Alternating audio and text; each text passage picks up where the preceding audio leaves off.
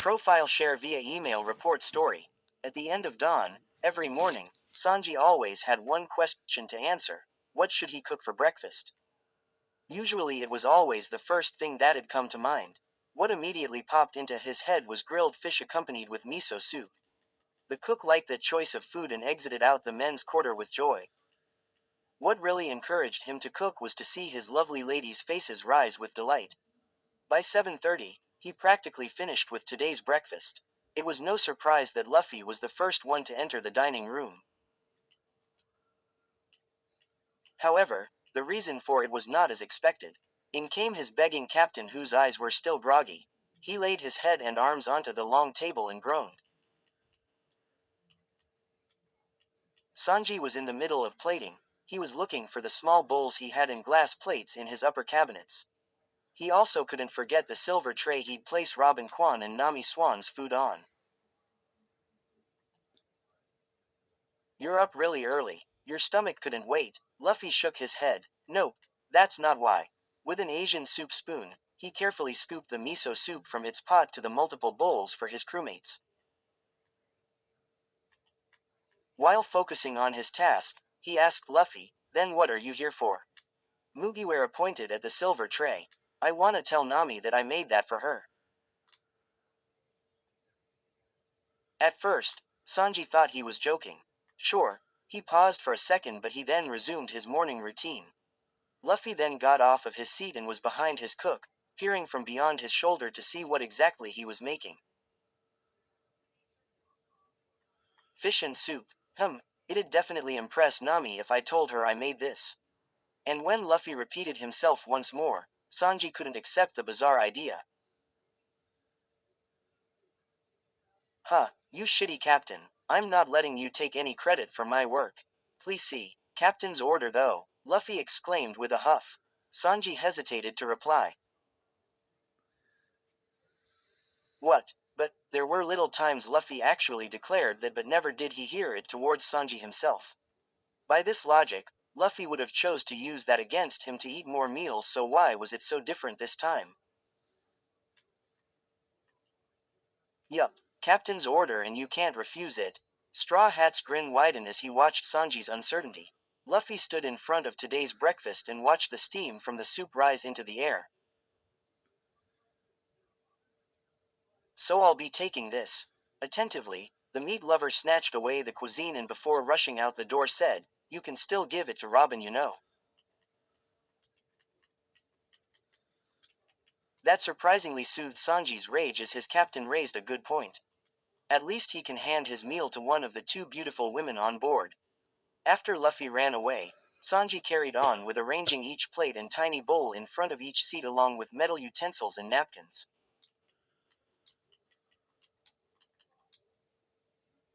But his peaceful work was abruptly interrupted by a giant, blue-haired cyborg. "Sanji, I need to ask a favor." Frankie slammed the door open, causing the dishes to move a centimeter to the right. It still infuriated Sanji that he almost ruined today's breakfast. "What is it?" Sorry, apologized Frankie as he closed the door softly behind him. "Listen, Luffy and I made a bet last night."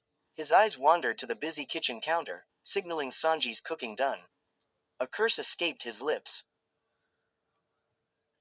"I was planning on helping you out this morning, but my alarm didn't go off this time."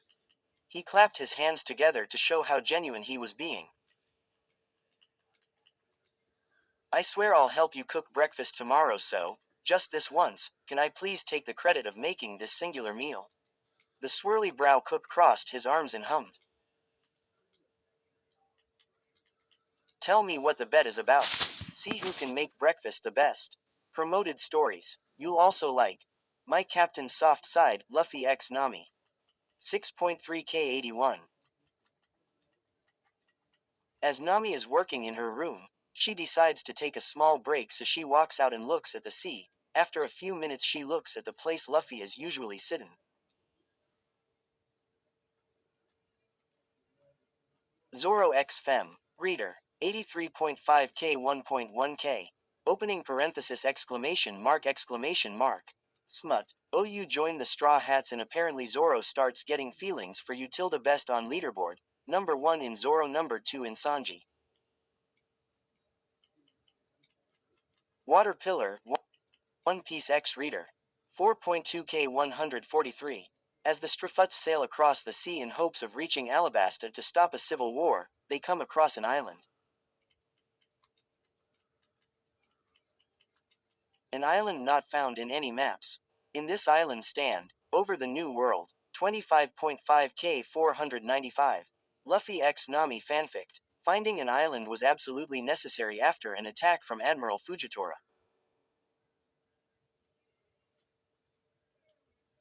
Sunny had gone through a lot of damage and Frankie wanted to repa. Dream Op X Reader. 53.8K 2.7K. When one looks back to their childhood, one remembers the vivid springs of laughter, climbing trees and reaching out for the stars, and making flower crowns in fields of A Pirate's Life for Me. 34,313. Follow along through the adventure of the Straw Hat Pirates and their new and unsuspected crew member. This is a One Piece fanfic that attempts to follow closely to My One Piece Book 1 11.7K 278. Monkey D. Luffy, a cheerful, carefree young man from East Blue wearing a straw hat, set sail on a small boat carrying the biggest dream of finding the One Piece. He's R. Sanji shook his head like a disappointed dad but also wanted to be supportive. He handed the silver tray that carried Robin's meal without complaint. He may have wanted to hand it to Robin himself, but Frankie was really polite about it. Here, take it. After Frankie expressed his gratitude, the cook added, also Luffy just came in here before you and snatched one of my dishes. You better hurry out there if you don't want to lose. Frankie quickly grabbed a dish, then almost knocking the door down, Frankie pulled it open. Damn it, Sanji, you should have told me way sooner. Thanks though.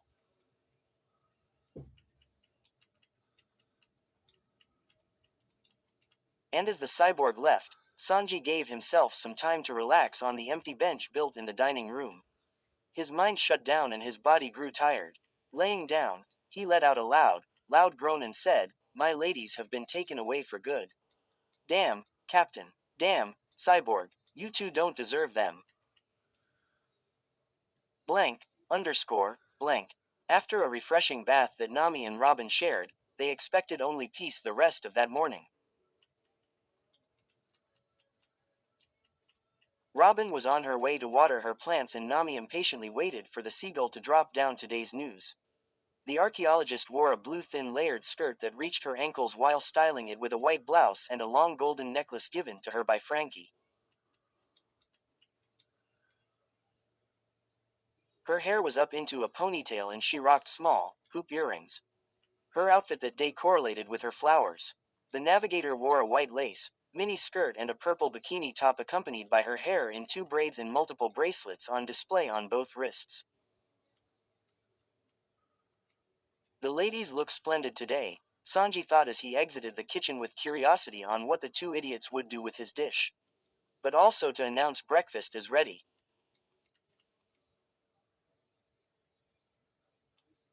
Oi, time to eat, you shitheads. His rude call directed at the rowdy men. Oh Nami Swan tilde, Robin Kwan tilde, you stay there, my doves. On their way to the dining room, Chopper and Usopp spared a glance at their captain and the cyborg running to the usual spot the ladies relaxed at. While Chopper was much too hungry to stay and watch what was going on, Usopp did for him. On each of the two's hand was a plate they were balancing rather carelessly as they used their free hand to push the other away. The sharpshooter watched the two of them place down their dish on the small table in front of Nami. Frankie quickly walked to Robin to swipe her off her feet and carry her to where Nami is. Usopp thought they were just being idiots and broke his attention away. Nami, try what I made with Sanji. It's really good. The Straw Hats captain jumped in glee as he presented his breakfast for her. Hey damn it, Luffy, he did nothing at all. Unlike him, I actually helped. Try it, Robin, I swear you won't be disappointed. Frankie smiled wide as he pushed the dish closer to the archaeologist. Robin and Nami glanced at each other in utter confusion. Why their partners were acting so odd was a mystery to them. Luffy pushed Frankie's face away at his lie. You didn't help. You woke up way later than me, liar.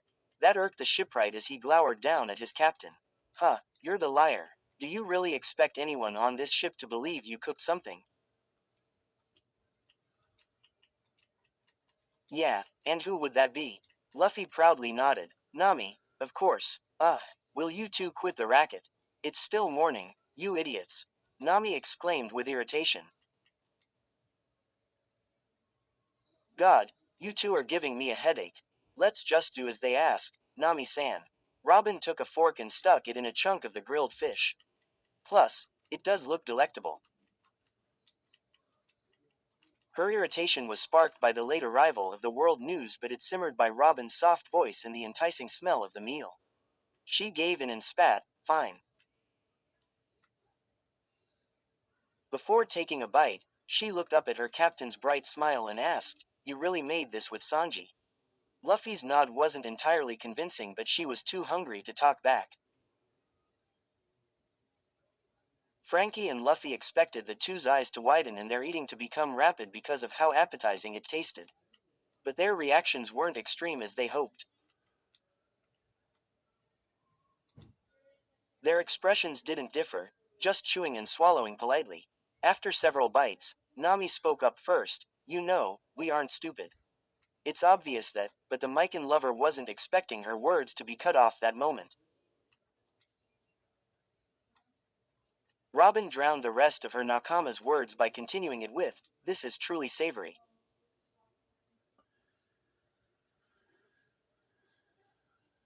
You're a great chef, Frankie-san. With a prideful smirk, the cyborg gazed at Luffy. His posture straightened and his arms were crossed together. He was truly proud of the compliment that was given. The meat lover was undeniably jealous of such praise and eyed his new lover with puppy eyes, awaiting a similar compliment like Robin's, but Nami showed no sign of giving so. The redhead gaped at her Nakama with baffled eyes. It was questioning why Robin would blatantly lie, but for some peculiar reason, and Nami took it as something she must do as someone's lover. When realizing the happiness that framed Frankie's half-human face, it occurred to her that sometimes she should consider Luffy's joy, and if she had to lie to see him in bliss, so be it. Yes, yes, she can see the impatience in his eyes as he awaited for her response. It's very good, Luffy-kun. Though lacking a better choice of words and meaningful tone, Luffy considered it a win and also stood proudly. While both men departed with elated attitudes, Nami spun her head back to Robin, who returned to finishing breakfast. It was clearly all made by Sanji, as if they contributed to anything. Of course it was, but if we said that they'd spend the whole day doing pointless activities to remain on top. Robin replied, You already know the other reason why I lied, I'm sure. Her humming, at first, was going to be her only reply, but when spotting Luffy talking to Sanji and bowing down to his savior, she added, Do you usually lie just to see Frankie smile? Occasionally. Robin then realized the missing component of her breakfast, a drink. Are you parched, Nami-san? Nami was also in the midst of finishing her breakfast. I am. This really needs to be watered down. How about I make some tea for the two of us? That sounds great. Blank, underscore, blank. Nami, Luffy cried as he laid on the bench that circled against the walls of the library. Nami had been working on her maps for an hour and she didn't plan on stopping. The day was too perfect to not be productive, but one person interrupted that piece of hers. I'm so bored ddd. It didn't help that he had to groan after every sentence either. Luffy, I swear I'll be finished in an hour. Hang out with Usopp first and I'll call you when I'm done. That was the only time Nami looked up from her work during that hour he's been there. She held a soft, white feather between her fingers and dipped the quill in a tiny cup of black ink. The map of Ichiba Island was complete, but she found it best to add more details. Plus, her perfectionist self when it came to her maps convinced her to improve upon the finished piece. Luffy's eyebrows knitted together every time he'd lose Nami's attention. But he knew better that her love for mycons and cartography surpassed anything else. Before leaving her alone, he boldly pecked her cheek. Her startled look gave Luffy a reason to laugh, and as he took his leave, he made sure to wave, bye. Sometimes whenever Luffy snuck a kiss and left, his walk gave her the impression he was clicking his heels together while jumping. In other words, he always walked with great pleasure. She softly rubbed the cheek he kissed and insulted him under her breath. Baka, baka, baka, baka, baka, baka. And she should have gave him a punch to the head because now her hands couldn't stay stealthy. Nami, time's up. Without consideration of his yelling messing her map up, he stormed back into the library in exactly an hour. But to the navigator's dismay, he barged in during the time she was being anything but productive. Some time before he left, she snuck out to grab a blanket from the women's quarters to cover herself while she slept within the library. Luffy shook his head in shame. Sorry Nami, but I'm not letting you work anymore. He grabbed both her cheeks and excitedly grinned. Let's go to the very top of the crow's nest. Giving in to her captain, Nami followed him on deck and wasn't surprised when he chose to go up there via his Gomu Gomu powers. But it never failed to make her slightly shy when he'd wrap his arm around her waist. Like a conveyor belt, Luffy's left arm pulled them to the nest, and the captain ensured Nami safely landed within the railing of the little space where their Jolly Roger sailed. Leaning against the wooden railing, Nami took in the fresh air courtesy of the vast, blue ocean they spent their time sailing on. Half of the sky was clear but also covered by soft, egg-colored clouds. It reminded her of the dream she had last night of lying on a single fluffy cloud while surrounded by all the rare treasures of the world. While Nami was in her own world, Luffy yelled down and called Chopper and Brook's name, then waved high.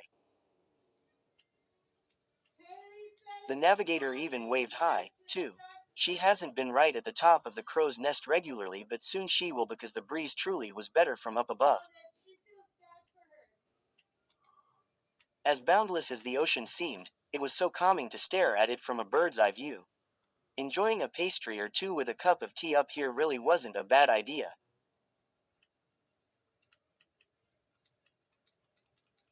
Maybe she should invite Robin up here. But then again, Luffy brought her up here. She decided this space would be theirs on free days, since Usopp and Chopper usually occupied it whenever she commanded them to keep watch of a nearby island. Below in the distance, she watched Usopp water his plants while Robin did the same. Her gaze shifted back to Luffy's, whose eyes had been on her since he finished waving high.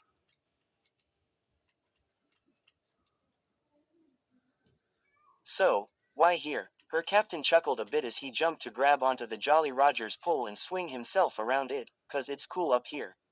It's really nice and quiet. And sometimes I come up here just to watch everyone below and see what they do all day." "You creep," Nami joked. "I'll admit, it's relaxing up here. It really clears one's mind from everything." "Yeah." Luffy placed his right hand on the top of his head to secure his straw hat from flying away.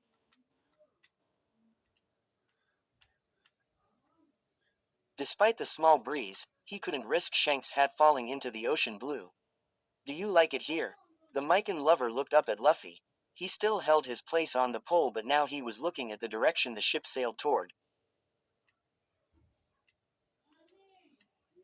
A flock of birds passed by and Luffy waved to them, too. I also wanted to talk. Luffy suddenly told. There were no seats within the tiny space, but he made do with his lazy self by leaning against the railing. Frankie is the best shipwright he knew. He could always trust Frankie's sturdy creations. So what were you dreaming about when you kissed me? What? Nami was taken aback. That question that came out of thin air. No way could she be prepared for that. Does that even matter? Yup, it matters a lot. Luffy told while staring at the necklace Nami wore. The navigator broke in a nervous sweat. Well, she was looking for the right words to say. It's been a while since that happened. I can hardly remember. A transparent lie. Her captain's eyes told her he wasn't playing around. In the small area she stood in, she had no chance of successfully escaping. She started to believe she was brought here to be forced to answer all of Luffy's questions. Quit glaring at me, Baka. It's so boring. It wouldn't be of any interest. The captain didn't want to waste his breath again, so if Nami seeks a reply, she isn't getting one.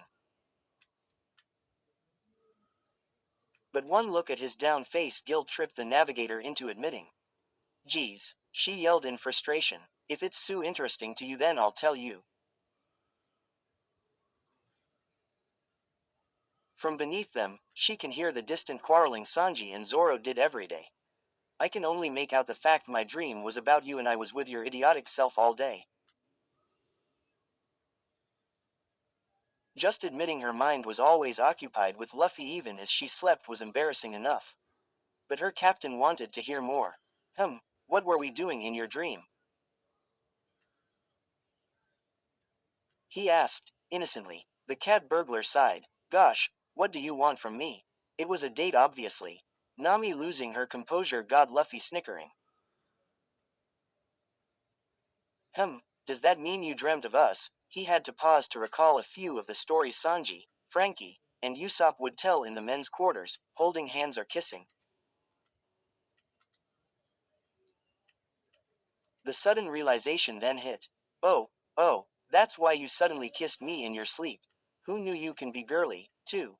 He belly laughed to the sky, not realizing the trouble he got himself into. Nami's fist was already up in the air. Why, you, bam, a good hit to the face, too. Luffy rubbed his sore cheek with a hurt expression. What was that for? I wasn't trying to sound mean. Baka, Nami muttered under her breath. Her deadly glare rested on Luffy's frowning face while he looked away from her to stare at a seagull passing by. Why'd you even ask, you idiot? Luffy didn't look back at her, but he did immediately answer. I don't know, I was just thinking about when you started to actually like me, and based on what Usopp and Chopper said, friends don't kiss. In Nami's perspective, it was a bit funny to watch Luffy now learn more about this topic. So I thought about when you said my name and kissed me that one night. I don't really know, I didn't expect you to give me an answer anyways. Nami's left eye twitched, regretting her words previously. I mean, sure, she could have not answered, but with him making a face like that, how could she not? You might not answer me this time, but does that mean you've liked me since then? Luffy's dark eyes flickered her way and his appearance was painted with curiosity and joy. At first, she was a little hesitant to answer the first thing that popped in mind. It was definitely not part of the usual vocabulary she'd display to the crew. So she chose one that was more befitting yet gave a satisfactory answer. Before that, Nami instantly looked away from her captain, forcing her hair to cover most of her cherry face. Luffy was stunned, his eyes slowly widening when processing the reply. He leaned his face in closer to catch her shy face, but Nami was adamant in concealing it. Regardless of being self-aware of his life on the line, Luffy boldly tucked strands of her orange hair behind her ear. Doing so, he could finally meet the shamed navigator who disliked having her feelings plastered on her sleeve. Her features gave the impression she was nervous but really irked. The upset frown really contradicted with her rosy cheeks. Her side-eyed glance truthfully made Luffy flinch for a millisecond. He was prepared to be lashed out. But she didn't do no sword, no yelling and no sign of inflicting pain. Instead, she asked the same question as he did. It's not fair if I'm the only one answering. So you tell me when you started realizing it. Of course she was inferring to the new feelings Luffy started to adopt. As new Luffy was to these feelings, he began to understand how familiar it was back when he saved her from Arlong's tyrannical rule. But the captain couldn't really put his finger right on it. I don't know. Nami's patience was ticking and his reply enraged her. But knowing the meat lover, it was no surprise since his brain could only hold so much information. With a defeated sigh, any further questions diminished like salt in water. As time passed, afternoon sun wasn't afraid to reveal itself and its humidness began to be picked up by the air. The navigator hoped to leave the very top of the crow's nest soon before she sweats and smells. Unexpectedly, she wasn't prepared for any addition to his dry response. If anything, she thought he'd throw out a random event and lie. In this case, it wasn't.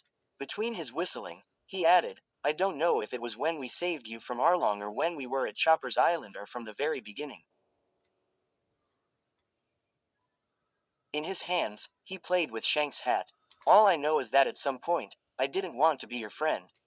His earnest grin shifted to a bright, young smile.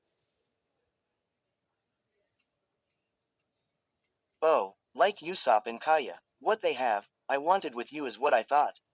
But I wasn't really sure what it all meant, so I don't know. Frowning deeper than the ocean blue, it turned upside down as Luffy elaborated. Nami blissfully stared at her idiotic captain and so did he with his goofy grin. Although Luffy had a lot to learn, it was rather sweet to hear when he began to develop such strange feelings.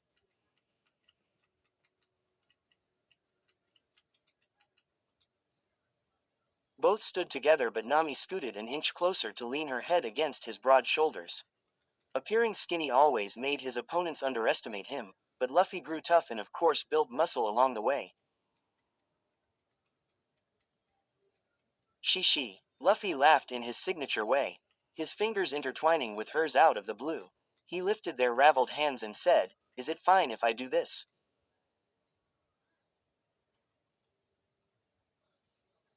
Nami laughed at his fearful face that didn't want to be punched.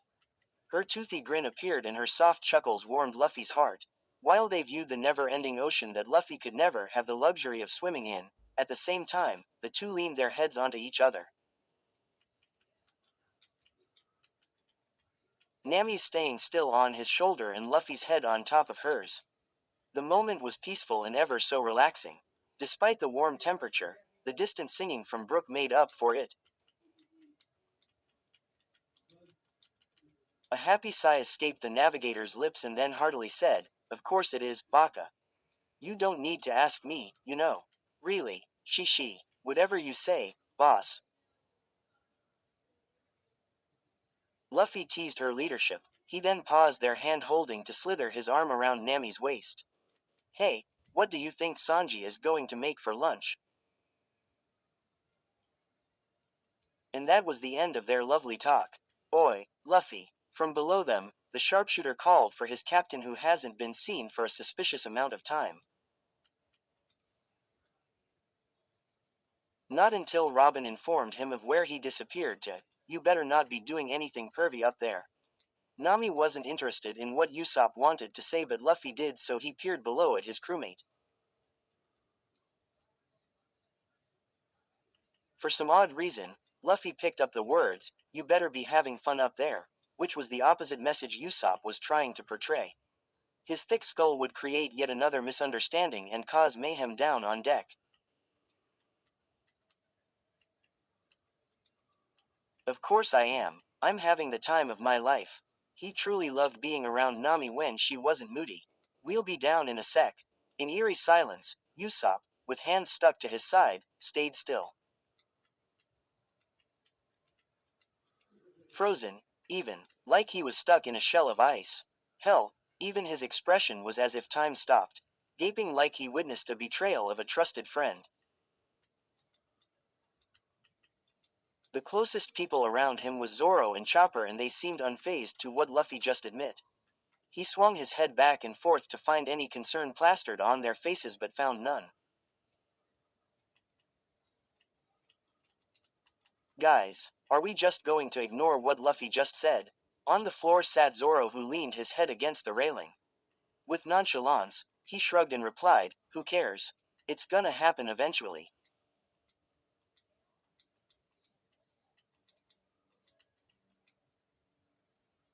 As much as the swordsman had a point, isn't it a bit too indecent to do it outside? But out in the open? His eyes closed in disinterest. Does it matter? You can't even hear them. You wouldn't have known if Luffy didn't say anything. It appalled the long-nosed pirate how much Zoro defended Luffy's actions. What more was there to say if Zoro wasn't shocked? Soon, using his Gomu Gomu powers, Luffy lowered himself and Nami back on deck. His left arm wrapped tightly around her slim waist, and Usopp thought the contact was too inappropriate and covered his eyes. When the navigator landed safely along with her captain, she eyed Usopp's odd behavior. Tilting her head to the side, she asked, "What's up with you?" Usopp was ready to quickly reply, but in fear of his life, he took away the words that would nearly escape. Instead, he had an alternative method: run away and never bring up the subject ever again. Luffy was equally as confused, so after he waved bye to Nami, he chased after him. The cat burglar sighed, a bit disappointed she received no answer. But Zoro lifted those hopes back up again. "You wanna know why he's being so weird?" Nami nodded in curiosity. "But oh Kami, she should have never been inquired. He thought you and Luffy were fucking. Quote dot dot dot. I'm gonna assume I didn't hear you right. So, I'll ask again. Why is Usopp being strange? Are you deaf? Which? I said, Usopp thought you and Luffy were fucking out in the open. Quote dot dot dot quote dot. Well, were you? I'm going to give you a minute to run and warn Usopp of his timed death." "Shit, woman, you're gonna kill him, aren't you? Just go or else I'll take out my anger on you, too." "You mean your embarrassment? Oh, fuck you." Blank, underscore, blank, thanks for all the love y'all are giving to this story. It may not look like a lot to most, but every read, vote, and comment motivates me to no end. Hope this chapter was a fun read, although it wasn't eventful. Heads up, I may or may not put this story on hold. This doesn't mean it's discontinued, in fact, it's still continuing. However, I would like to focus on my other works and new ones as well. Hope you have an amazing day. Bye for now. Less than 3. Where stories live. Discover now.